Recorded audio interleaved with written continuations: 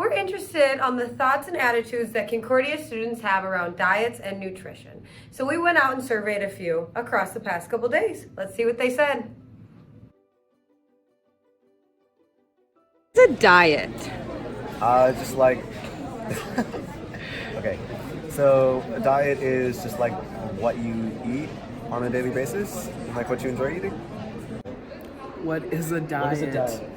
To me, I think if I can remember back to like my 10th grade house class, like a diet is just like how we eat. It's just like, I don't know, the things that we're consuming on a regular basis, and some diets can be better than other diets. And then of course there's Diet is something that people go on to lose weight. facts.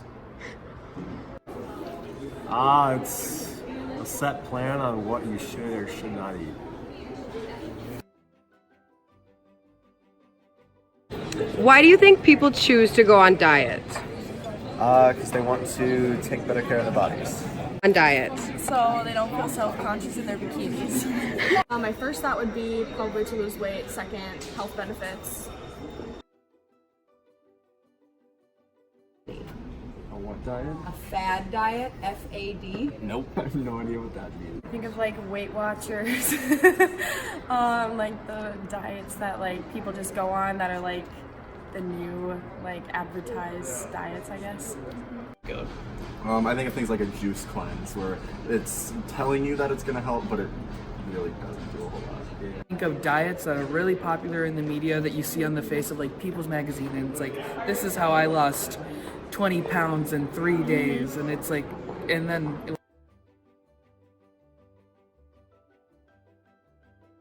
Advice or information?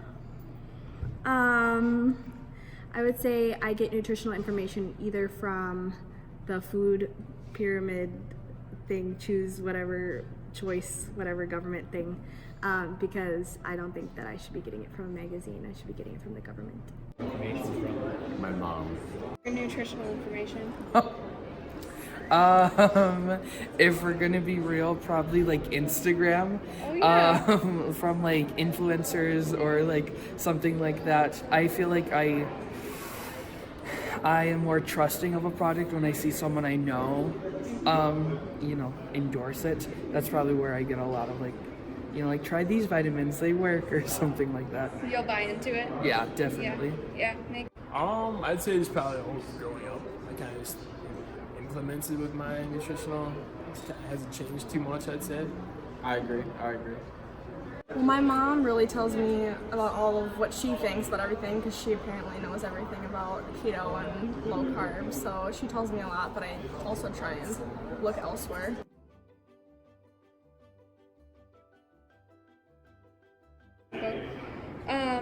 What do you think of the current nutritional status of the U.S. population? Are people healthy and well informed?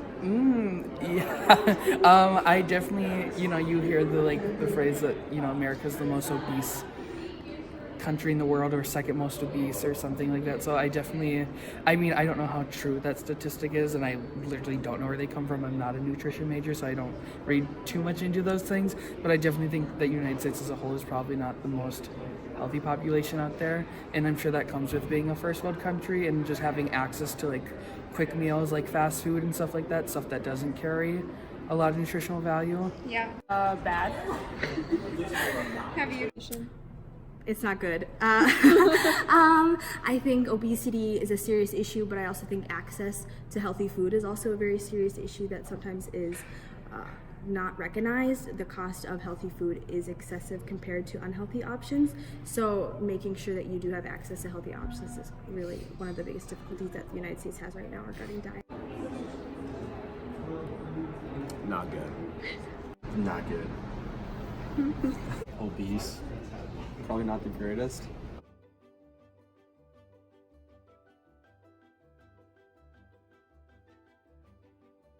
Do you think the American population is adequately informed about nutrition? No, I think that like corporate America has made like the information that we receive very skewed, and it's not correct like to what we actually need for our bodies. So I think that we're very misinformed. Nutrition? No. Yeah. Absolutely not. A lot of people don't know the resources to go to find healthy diets. So I think that it is kind of a dietetics issue to portray information and make sure that people do have the resources to access realistic and evidence-based diets. As you can tell, we received a lot of very different answers to our questions when asking Concordia students about diet and nutrition. It is also important to remember that the status of our nutritional needs is a huge indicator in our overall health, and so is body weight. Body weight is largely important in the development of diseases such as coronary heart disease, type 2 diabetes, increased blood pressure, blood clotting issues, and others. And with this comes dieting, and with diets comes bad diets. Technically, diet is termed by the sum of all things that an organism or a human eats. But the American public often associate the word diet with an attempt to lose weight, creating complications in the way we view food and the way we treat food in our everyday life. This is where fad diets come into play. Fad diets are often diet patterns that promise weight loss or other health advantages, yet aren't scientifically backed. These diets are often composed of highly restrictive practices and tend to be using unusual foods that we don't see in our everyday life.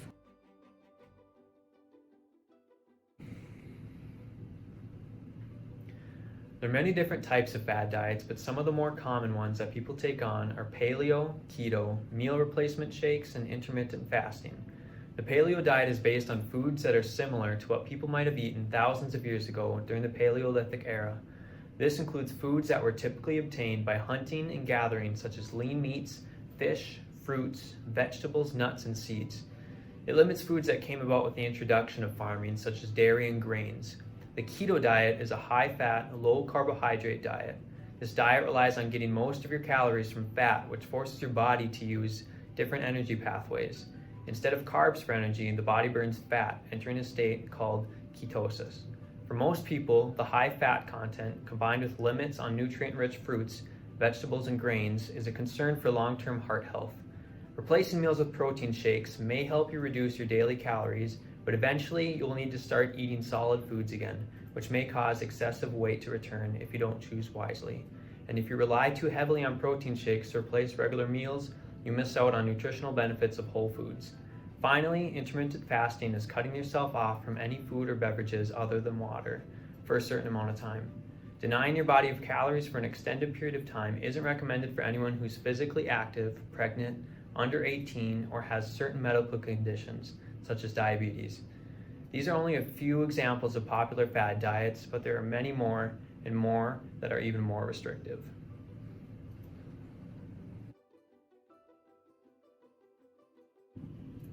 Fad diets are hard on our bodies for several reasons, mostly because they are incredibly restrictive and either cut out necessary calories or entire food groups. Each of the 5 main food groups, grains, dairy, meat, vegetables, and fruits, provide us with important foods needed for healthy growth and development and maintaining our health across the lifespan. On any fad diet, people can expect to lose weight in the first few weeks, most of which is water weight. In the first week, 70% of your weight loss is water, and 30% is due to loss of protein and fat. In the following weeks, about 85% of your weight loss comes from fat, but then 15% of your overall weight loss is coming from protein, meaning a loss of muscle mass. Since your muscle mass is decreasing over time with the diet, you will actually decrease your metabolic rate, which means when you continue eating how you always have, you will gain back the weight and then some, as your body can't recognize the need for the increased nutrients. It's kind of like you're training your body to be more efficient in using as little food as possible, so your body's metabolic rate slows to get the most out of very little food. Finally, your fat cells, also called adipocytes, will always exist in your body.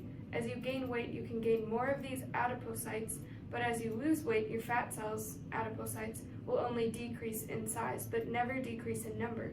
It's easy to gain the weight back after the diet because these cells already exist and can be easily filled up again. For the keto diet specifically, the goal is for your body to go into ketosis, where your body is reliant on burning other sources of fuel since you're no longer getting the carbohydrates you need. Ketosis has been associated with people having brain fog, as your brain is no longer receiving those important carbohydrate building blocks. There is also a sickness called the keto flu, where your body is adjusting to the sudden switch and not consuming enough carbs. You feel tired, lethargic, You may have stomach pains, and you may experience some vomiting. Over time, you may also see a sudden rise in cholesterol as a result of the increased fat intake and decreased intake of whole grains, which actually promote a healthy heart and prevent different kinds of cardiovascular disease. Carb-rich foods can also be rich in other nutrients, so ultimately you are depriving your body of many important nutrients.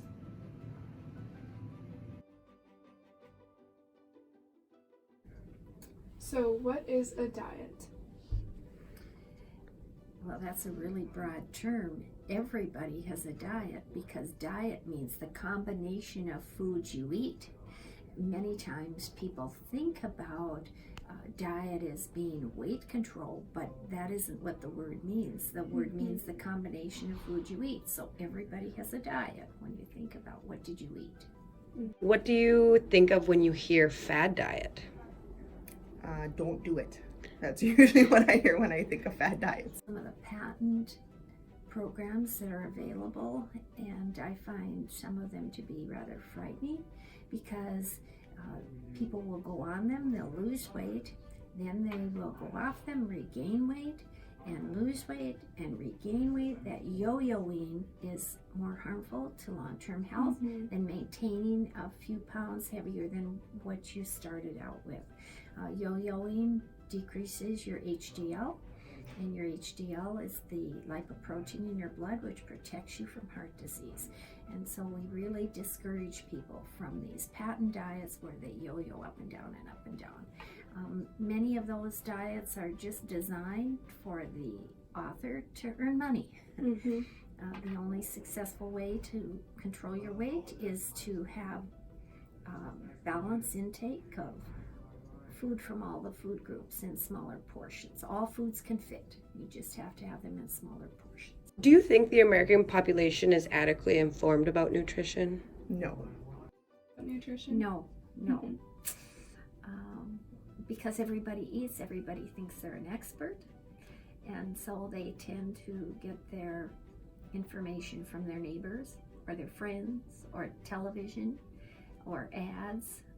Where do you think people should be getting accurate nutritional information from? You know, I'm biased. You have to go to a registered dietitian because the term nutritionist is not a legal definition. And so when you go to a nutritionist, they may or may not have any training. But from dietitians, from registered dietitians, not from the internet, not from Dr. Oz, not from your cousin Sally down the street.